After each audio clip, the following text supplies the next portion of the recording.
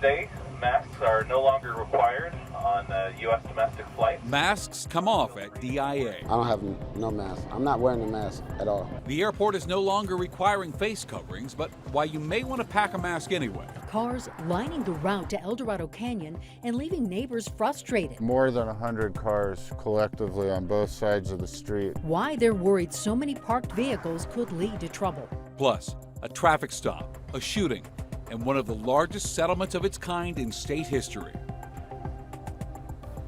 For the first time in 2 years, mask wearing is not required at Denver International. Just a couple of hours ago, the airport tweeted that it will follow the direction of the TSA and no longer enforce the federal mask mandate. Now, this comes after a federal judge in Florida declared that mandate unlawful. Throughout the day, airlines have been dropping their mask requirements. They include Denver-based Frontier and major carriers like American, Delta, Southwest, and United. And even though airports and airliners are lifting the requirement, having a mask on you is still advised. As Denver 7's CB Cotton found out, that has led to some confusion. CB joins us live at DIA tonight. CB? And Shannon, we're here on Concourse B, and if you take a look around me, there are still some travelers in their masks, but as the night goes on, more and more people are taking them off. And of course, this all comes as both the airlines and airport have shuffled to make quick decisions in response to that federal judge's ruling. As dizzying as travel can be, perhaps Monday was even more confusing. It's like contradicting. It's like a lot of stuff going on. Oh, don't do this, don't do that, and then you have to listen to both. And at one point, some passengers were trying to listen to both Denver International Airport and the airlines. Early Monday afternoon at DIA, signs remained up informing passengers the federal mask mandate was still in effect. And a spokesperson told us the mask mandate would still be in place despite the ruling of a Florida federal judge who voided the mandate. But by Monday afternoon, Southwest, United, American Airlines, Delta, and Frontier had all moved to mask optional policies.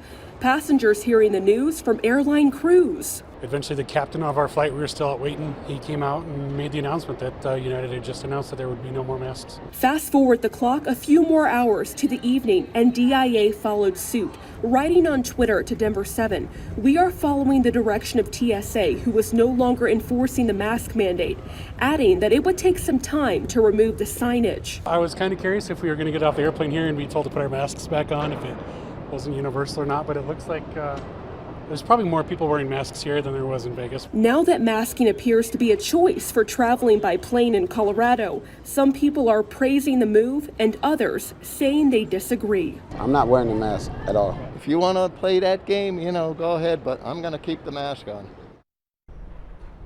And this evening, DIA wrote on social media that they're still encouraging travelers to carry a mask, as masking requirements could vary depending on the airline or where you're traveling to.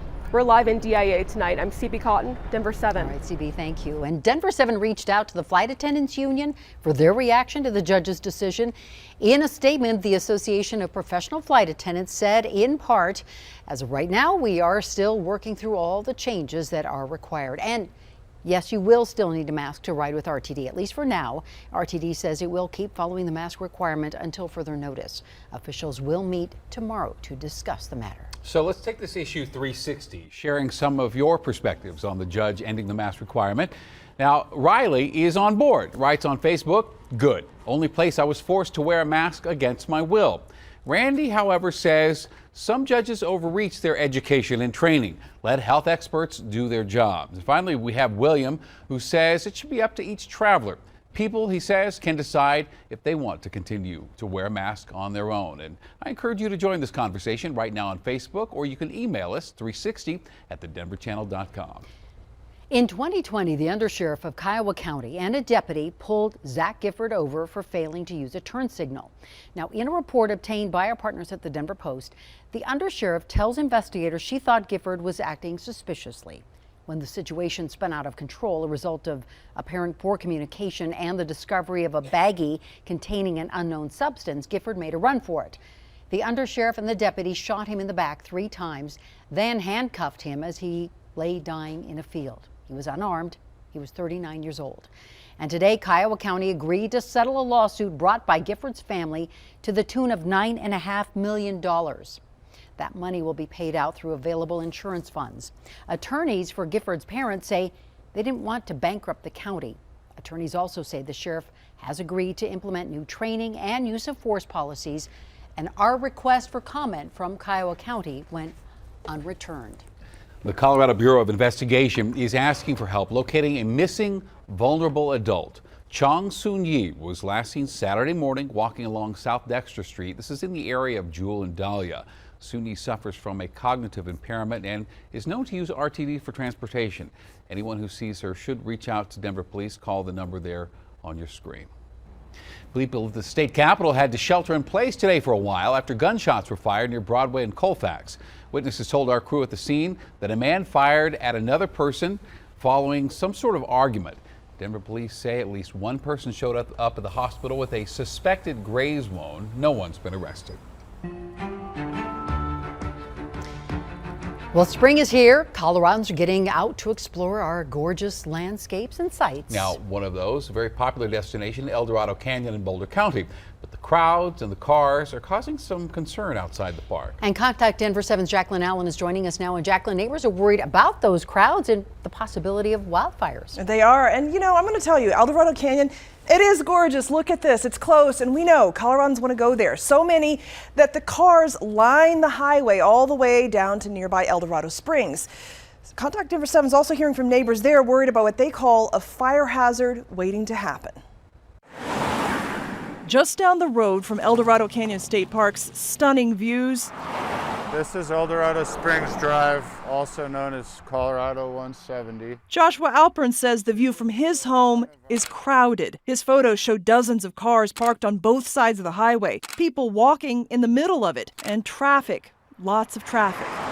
On more than one occasion, more than 100 cars collectively on both sides of the street. My 80-year-old mother is afraid to pull out of the driveway when it's crowded here. But it's not just the crowds that have him concerned. It's the fact that twice in the last 3 months, he's been evacuated because of wildfires. He's worried these cars parked on dried grass could spark another one. It's scary.